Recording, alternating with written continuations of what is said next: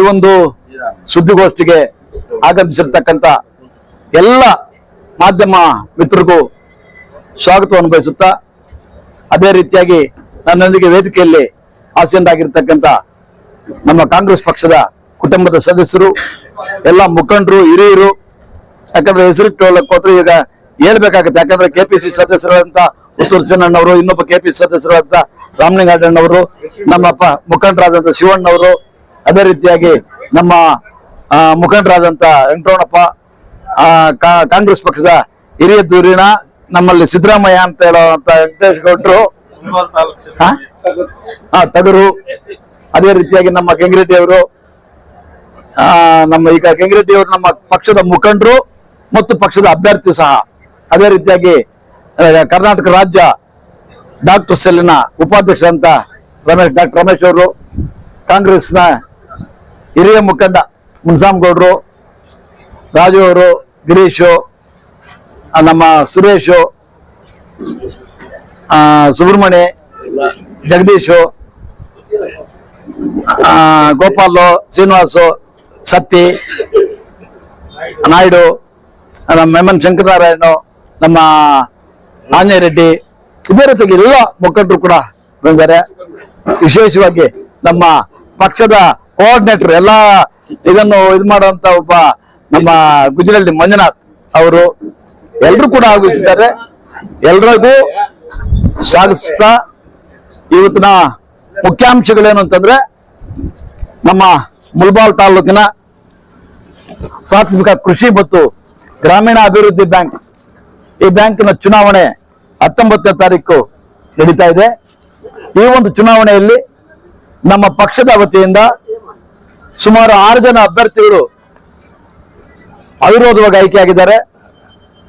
ಅದರಲ್ಲಿ ಉತ್ತನೂರು ಕ್ಷೇತ್ರದಿಂದ ಹಿರಿಯ ಸದಸ್ಯರು, ಕಾಂಗ್ರೆಸ್ನ ಮುಖಂಡರು ಆದಂತಹ ಉತ್ತೂರು ಸೀನಣ್ಣವರು, ಗೊಲ್ಲಹಳ್ಳಿ ಕ್ಷೇತ್ರದಿಂದ ಸತೀಶ್ ಅವರು, ರಾಜೇಂದ್ರಹಳ್ಳಿ ಕ್ಷೇತ್ರದಿಂದ ರಾಜೇಂದ್ರ ಗೌಡ, ಮಲ್ಲಾಯಕನಹಳ್ಳಿ ಕ್ಷೇತ್ರದಿಂದ ವೇಗಮುಡಿ ಮುನಿಯಂತಮ್ಮ, ಕಸಬಾ ಕ್ಷೇತ್ರದಿಂದ ಶ್ರೀಮತಿ ಭಾಗ್ಯಲಕ್ಷ್ಮಮ್ಮ, ಮುಡನೂರು ಕ್ಷೇತ್ರದಿಂದ ರಚಮಂಡಳ್ಳಿ ಶ್ರೀರಾಮ್ ಅವರು. ಈ ಅಭ್ಯರ್ಥಿಗಳು ಈ ಒಂದು ಮುಂದಿನ 5 ವರ್ಷದ ಆಡಳಿತ ಮಂಡಳಿಗೆ ಅವಿರೋಧವಾಗಿ ಆಯ್ಕೆಯಾಗಿರ್ತಾರೆ. ಅದೇ ರೀತಿಯಾಗಿ ಇನ್ನು ಉಳಿದ 7 ಕ್ಷೇತ್ರಗಳಿಗೆ ಅಭ್ಯರ್ಥಿಗಳನ್ನು ಅಧಿಕೃತವಾಗಿ, ಯಾಕಂದ್ರೆ ಕೆಲವು ಕಡೆ ಇಬ್ಬರಿಬ್ಬರು ಅಭ್ಯರ್ಥಿಗಳಿದ್ದಾರೆ, ಆ ಹಿನ್ನೆಲೆಯಲ್ಲಿ ನಿಮ್ಮನ್ನೆಲ್ಲರೂ ಕರೆದು ನಮ್ಮ ಪಕ್ಷದ ಅಧಿಕೃತ ಅಭ್ಯರ್ಥಿಗಳು ಯಾರು ಅಂತ ತಿಳಿಸಬೇಕಾಗಿತ್ತು. ಈ ಹಿನ್ನೆಲೆಯಲ್ಲಿ ಆಲಂಗೂರು ಸಾಮಾನ್ಯ ಕ್ಷೇತ್ರದಿಂದ ಪಕ್ಷದ ಹಿರಿಯ ಮುಖಂಡರಾದಂತಹ ಆಲಂಗೂರು ಶಿವಣ್ಣನವರನ್ನ, ಆವಣಿ ಕ್ಷೇತ್ರದ ಎಂ ಎನ್ ಶಂಕರನಾರಾಯಣ ಅವರನ್ನ, ಅಂಬ್ಲಿಕಲ್ ಕ್ಷೇತ್ರದಿಂದ ಶ್ರೀ ಗಂಗರೆಡ್ಡಿ ಅವರನ್ನ, ಬಲ್ಲಾ ಕ್ಷೇತ್ರ ಸಾಮಾನ್ಯ ಮಹಿಳಾ ಅಭ್ಯರ್ಥಿಯಾಗಿ ಶ್ರೀಮತಿ ಭಾರತಿ ಅವರನ್ನ, ತಾಯ್ಲೂರು ಮೀಸಲು ಕ್ಷೇತ್ರದಿಂದ ಕರಟಗೂರು ಶ್ರೀನಿವಾಸ್ ಅವ್ರನ್ನ, ನೆಂಗ್ಲಿ ಸಾಮಾನ್ಯ ಕ್ಷೇತ್ರ ಮುನ್ರೆಡ್ಡಿ ಅವ್ರನ್ನ, ಸಾಲಗಾರರ ಅಲ್ಲದ ಕ್ಷೇತ್ರದಿಂದ ಆರ್ ವಿ ಆಂಜನೇಯ ರೆಡ್ಡಿ, ಈ ಮೇಲ್ಕಂಡ ಅಭ್ಯರ್ಥಿಗಳನ್ನ ಮುಂಬರುವ ಚುನಾವಣೆಯಲ್ಲಿ ಕಾಂಗ್ರೆಸ್ ಪಕ್ಷದ ಅಧಿಕೃತ ಅಭ್ಯರ್ಥಿಗಳಾಗಿ ಪಕ್ಷ ಒಂದು ತೀರ್ಮಾನ ತಗೊಂಡಿದೆ. ಅದನ್ನ ಪಕ್ಷ ತೀರ್ಮಾನ ಮಾಡಿರುವುದನ್ನ ನಾನು ಅದನ್ನ ಅಧಿಕೃತವಾಗಿ ಘೋಷಣೆ ಮಾಡ್ತಾ ಇದ್ದೀನಿ. ಯಾಕಂದ್ರೆ ಈ ತೀರ್ಮಾನ ತಗೊಂಡಿರೋ ಎಲ್ಲ ಪಕ್ಷದ ಮುಖಂಡರು, ನಾಯಕರು ಎಲ್ಲರೂ ಸೇರಿ ತಗೊಂಡಿರ್ತಕ್ಕಂಥ ಒಂದು ತೀರ್ಮಾನ. ಈಗ ಕಾಂಗ್ರೆಸ್ ಪಕ್ಷದ ಆಡಳಿತದಲ್ಲಿ ಬಹಳಷ್ಟು ವರ್ಷಗಳಿಂದ ಫೀಲ್ಡ್ ಬ್ಯಾಂಕ್ ಕಾಂಗ್ರೆಸ್ ಕೈವಶದಲ್ಲೇ ಇದೆ. ಈಗಾಗಲೇ 6 ಅಭ್ಯರ್ಥಿಗಳು ಅವಿರೋಧವಾಗಿ ಆಯ್ಕೆ ಆಗಿದೆ.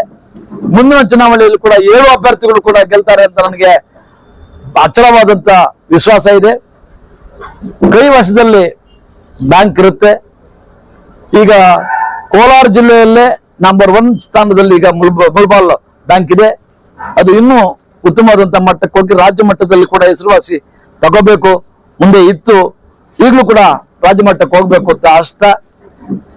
ಇವತ್ತು ನಮ್ಮ ಮುಳಬಾಲ್ ತಾಲೂಕಿನ ಜನತೆಯಲ್ಲಿ ಮತ್ತು ವಿಶೇಷವಾಗಿ ಫೀಲ್ಡ್ ಬ್ಯಾಂಕ್ನ ಮತದಾರರಲ್ಲಿ ಕೈ ಮುಗಿದು ನಾನು ಪ್ರಾರ್ಥನೆ ಮಾಡೋದಿಷ್ಟೇ, ನಮ್ಮ ನಾಯಕರಾದಂತಹ ಕೊತ್ತೂರು ಮಂಜುನಾಥ್ ಮತ್ತು ನಮ್ಮ ಕಾಂಗ್ರೆಸ್ ಪಕ್ಷದ ಅಭ್ಯರ್ಥಿಯಾದಂತಹ ವಿ ಆದಿನಾರಾಯಣ್ ಇವರೆಲ್ಲರ ಸಹಮತದೊಂದಿಗೆ ಮತ್ತು ತಾಲೂಕಿನ ನಮ್ಮ ಎಲ್ಲ ನಾಯಕರುಗಳ ಸಹಮತದೊಂದಿಗೆ ಇವತ್ತು ಈ ಅಭ್ಯರ್ಥಿಗಳನ್ನ ಮಾಡಿದ್ದೀವಿ.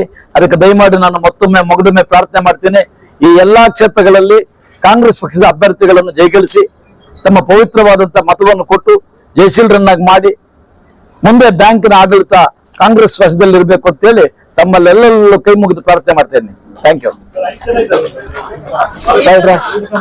ರೈಟ್ ಅದಕ್ಕೆ